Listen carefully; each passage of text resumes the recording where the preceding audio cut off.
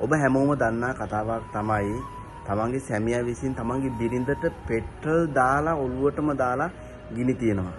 ඒක නිවුස් වල සෑම තැනකම පැතිරලා යනවා. ඒක ඔබ අහන්නත් ඇති. සමහරක් වෙලාවට ඔබ ප්‍රසිද්ධ නාලිකා වලින් ඒක දකින්නත් ඇති. ආදරය, විශ්වාසය, සුරක්ෂිතභාවය තියාගෙන ඉන්න මේ රටේ තමන්ගේ ආදරණීය බිරිඳ, තමන්ගේ ආදරණීය සැමියා රැකගන්න බැරි මේ රටේ සමහර තැන්වල අනියම් සම්බන්ධතාවයන් නිසා කෙනෙක්ව තවත් කෙනෙක්ව සැක කරනවා. ඕක තමයි ඇත්තම කතාව. මේ වැඩේ වෙලා තියෙන නිකුත් 18 වෙනිදා මීගොඩවත්ත දී ප්‍රසිද්ධ වෙළඳසලක් ඉදිරිපිට තමයි තමන්ගේ සැමියා විසින් තමන්ගේ බිරිඳට පෙට්‍රල් දාලා ගිනි තියලා තියෙන්නේ. සැකකාර සාමි පුරුෂයාව පොලිසිය විසින් අත්අඩංගුවට අරගෙන තියෙනවා. හැබැයි කෙසේ වෙතත් මේක ඇතුළාන්තයේ දිහා බලනකොට අමුතුම කතාවක් තමයි තියෙන්නේ. ඒක නිවුස් වල සෑම තැනකම ප්‍රචාරණය වෙලා තිබෙනවා. මෙම සැමියාට වයස අවුරුදු 41ලු. ක්‍රියාදුර රටවල රැකියාව කරන පුද්ගලෙක් කියලා තමයි ගොඩක් දුරට සඳහන් කරලා තියෙන්නේ. පළමු විවාහයෙන් නීත්‍යානුකූල වෙන්නලා තියෙනවා. හැබැයි ඒක නෙමේ කතාව. මොනා කරත් සැමියාට හැමදාම සැක හිතිලා තියෙනවා බිරිඳ තවත් අයත් එක්ක ප්‍රේම සම්බන්ධතාවල් තියෙනවා කියලා. ඕක තමයි නිවුස් වල කෙටියෙන්ම කිව්වොත් සෑම තැනකම ප්‍රචාරණය වෙලා යන්නේ. වැඩේ කියන්නේ සිද්ධිය වුණ දිනේ 5:30ට පමණ තමයි ත්‍රිරෝදට හිමිකරු විසින් එම කඩේට ඇවිල්ලා පෙට්‍රල් ටික දාලා ගිනි තියලා යන්නේ. හැබැයි ගිනි තිබ්බට පස්සේ ඔහු දිව යනවා. හැබැයි ඒක නෙමේ කතාව. මං ඉස්සෙල්ලත් කිව්වා. නමුත් බයට දිව ගියාට සැකේ එතනින් දුර වෙනවද? කවදාවත් සැකේ කියන දේ නිසා තවත් කෙනෙක්ව ජීවිතයට විනාශ කරනවද?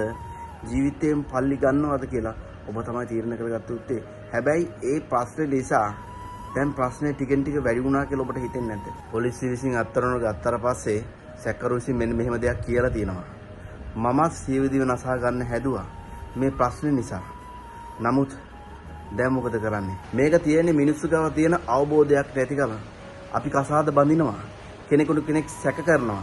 හැබැයි තමන්ගේ සැමියා හොඳ නැහැ කියලා බින්ද යනවා තවත් කෙනෙක් පස්සේ. නැත්නම් සමහරක් වෙලාවට සැමියා යනවා තවත් කෙනෙක් පස්සේ. ඒ වගේ සිද්ධි අනන්ත අප්‍රමාණයක් මේ ලංකාවේ දැකලා ඇති ඔබ අහලා ඇති. හැබැයි මේ සිද්ධියේදී එක්කෙනෙකුට ගිනි තිබ්බා. තවත් කෙනෙක් මැරෙන්න හදලා තියෙනවා. හැබැයි දැන් ප්‍රශ්නේ දෙගුණ වෙලා තියෙන්නේ. ඔබටත් මේ වගේ ප්‍රශ්නයක් එන්න පුළුවන්.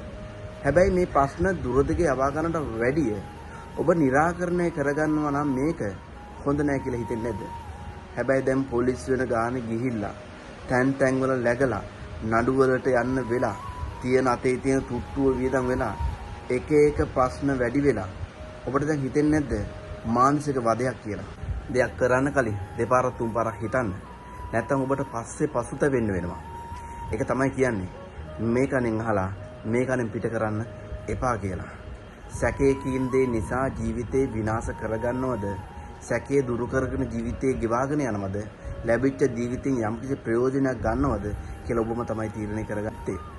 අනියම් සම්බන්ධතාවල් නිසා කෙනෙක්ව ජීවිතෙන් ඈත් කරලා තව කෙනෙක්ව ලං කරගෙන තවත් ඔබ කරන්නේ ලෝක පවක්. විනාඩි 5 ආතල් එක ගන්න ගිහිල්ලා ඔබේ ජීවිතේ විනාශ කරගන්නවද? තවත් කෙනෙක් නිසා ඔබේ ජීවිතේ නැති කරගන්නවද කියලා ඔබම තමයි තීරණය කරගන්න උත්තේ. මේකේ ඔබට මොකද්ද කියන්න තියෙන්නේ? රටට මොකක්ද දෙන්න පණිවිඩය? අදහසක් දාගෙන යන්න. තවත් අයට වැදගත් වෙන විදියට